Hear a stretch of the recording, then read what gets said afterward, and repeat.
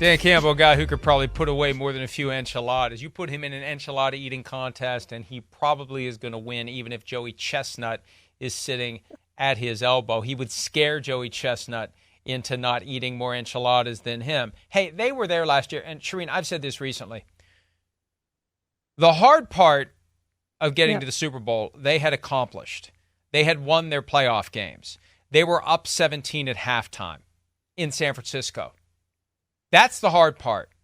They failed at the easy part, holding a 17-point lead over 30 minutes of football. So they were there. And to get back to that point where they've got a 17-point lead at halftime of the NFC Championship is going to be even harder this year, because gone are the days of the Lions being the bottom feeders, of the Lions being your extra bye week, of the Lions being the team you don't have to worry about because they can't find their way from the locker room to the field, for crying out loud. Those days are over, and now everyone is going to be gunning for the Detroit Lions. It will be harder this year for the Lions, week in and week out, because they are now the measuring stick. They are the team that everyone is going to want to beat, and it's going to be harder for them to rack up those wins and get themselves into the same position they were in last year. I'm not saying they can't. All I'm saying is it's going to be harder. Yeah, and I agree with you, Mike. I think they've embraced that based on what Dan Campbell has said this entire offseason. And I know what he said after the game, and it may be a reaction to what he said, which is, hey, we may never be back here again. And now he's saying, hey, we're playing for a Super Bowl. But I really like that they're talking about it, openly talking about it. Now, once training camp starts, I think you put that aside and you go back to the coach speak of one play at a time, one day at a time, one practice at a time, one game at a time, all of that stuff that they like to say. But it's true. They do need to get back to that at some point. But I like the fact that they've openly talked about winning a Super Bowl, something that's never happened in Detroit, never even gotten to there, never been as close as they were in the NFC Championship game. They blew that 17-point halftime lead. And facts are they may never be that close. But I like the fact that they've embraced that and they want to get there. They're openly talking about getting there. And it seems like this team has a confidence from all the videos I've seen this offseason, a confidence that has never been there before. But Dan Campbell every year has improved. It's going to be harder this year because they went 3-13-1, 9-8, 12-5. It's going to be hard to win more than 12 games, I think, this season, Mike, especially with that division being better, which we talked about when we talked about the Bears.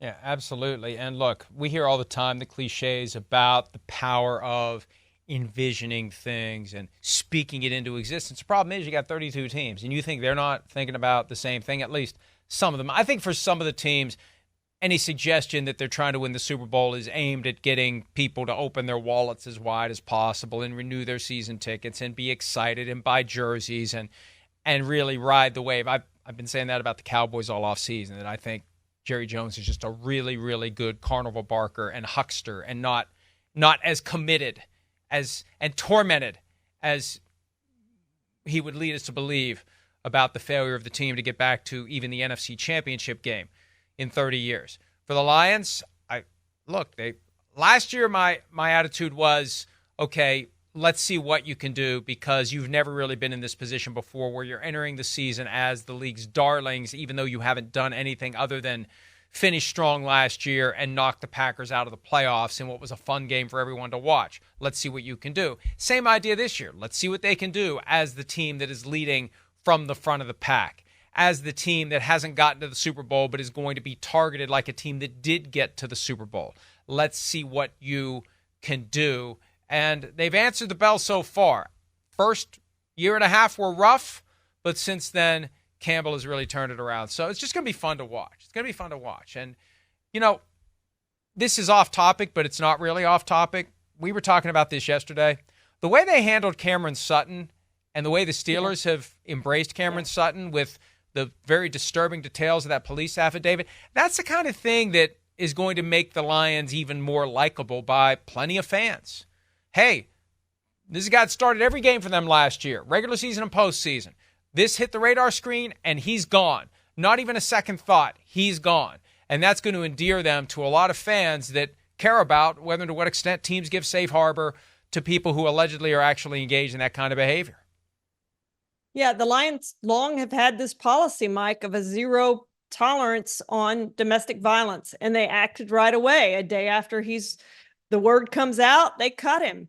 And so I do think that's going to endear them to more fans in the way they operate. And the Steelers, as you said, Mike, had no problem signing Cam Sutton. And it's not even like I wrote this when I wrote that his quotes, that it's not even like he's a good player anymore. Like, he was not good last year. And yet all this backlash you're going to get for a player who is not that good anymore. It just astounds me, frankly.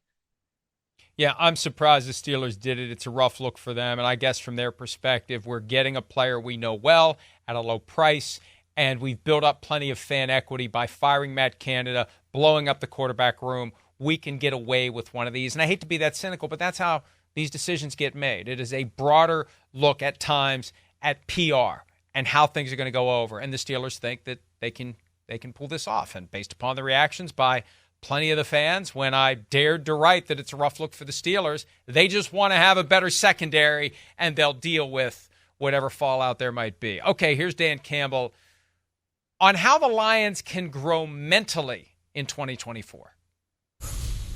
We got to take it up another notch. We got to take it into, like I'm listening to AG this morning. It was a great point. All right, I'm in there and I'm the safety. And I know my responsibility is, in a 2x2, anything vertical my way. However, if Sam Laporta is not in there, then forget that. Let's go work backside and help out on Jamison Williams. Like, I know your responsibility says on paper I should help any number 2, but if that guy is not a threat, let the corner have him, and those are the little things, like, man, where we can really grow offensively and defensively. Like the awareness of who's in, what's the situation.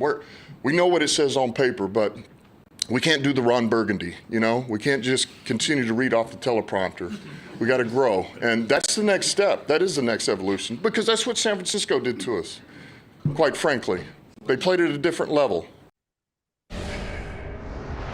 Dan Campbell taking a club out of the Sean McVay bag with the name repetition of the reporter who thought that was funny when he said we can't do the Ron Burgundy. And look, that's true for any team. There's a big disconnect between what's on the playbook and what it's like to be out there on the field as these plays happen, and how you can focus on more nuance, more details, more little things that are going to help you get to where you need to be. And bottom line is, when you're up 17 and you blow that lead, there are certain little things you're not doing right. There are plenty of Lions fans that have no qualms about not kicking the field goal when they were up 14 and could have gone up 17 again halfway through the third quarter because Josh Reynolds dropped the ball, or maybe Jared Goff didn't deliver it accurately. But that's one of those moments where there are details, there are nuances, there are little things that might not jump off the screen like fumbling the ball at the goal line, but they end up impacting, and it's one after another. And those little things can cascade into that feeling of, oh my God, here it goes. And that's what happened to the Lions, and that's what kept them out of the Super Bowl.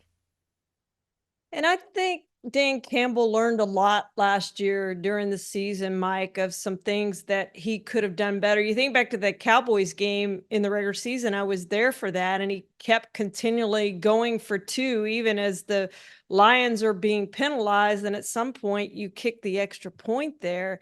And he didn't do that, and they end up losing that game. And then you think about the time management at the end of the Bucs game that fortunately the Bucs didn't notice, or whatever it was, and they got away with it. But you think back to that, and then the way things were handled in the second half of the NFC Championship game. So, they have some growth there, and he has some growth there. And I think they learned a lot last year, and he learned a lot last year. Now we'll see how that plays out for them this year. But I do think they learned a lot of things last year as they won their first playoff game since 1991 and took some steps toward winning the first Super Bowl in franchise history. It had been since 1991 since they had been to the NFC Championship. There are now 2 teams in the NFC that have not been there since 1995. The bitter rivals, Washington and Dallas. We'll see if either of them have a snowball's chance in hell, or Texas, as the case may be, based upon the projected temperatures this summer to get there at the end of this season. Let's go ahead and take a break. The Dolphins haven't won a playoff game since 2000. Their head coach has an interesting way of reminding the team of that. That's next here on PFT Live. Hi, it's Mike Florio. Thanks for watching PFT on YouTube. Hit subscribe for the latest news and analysis from Pro Football Talk.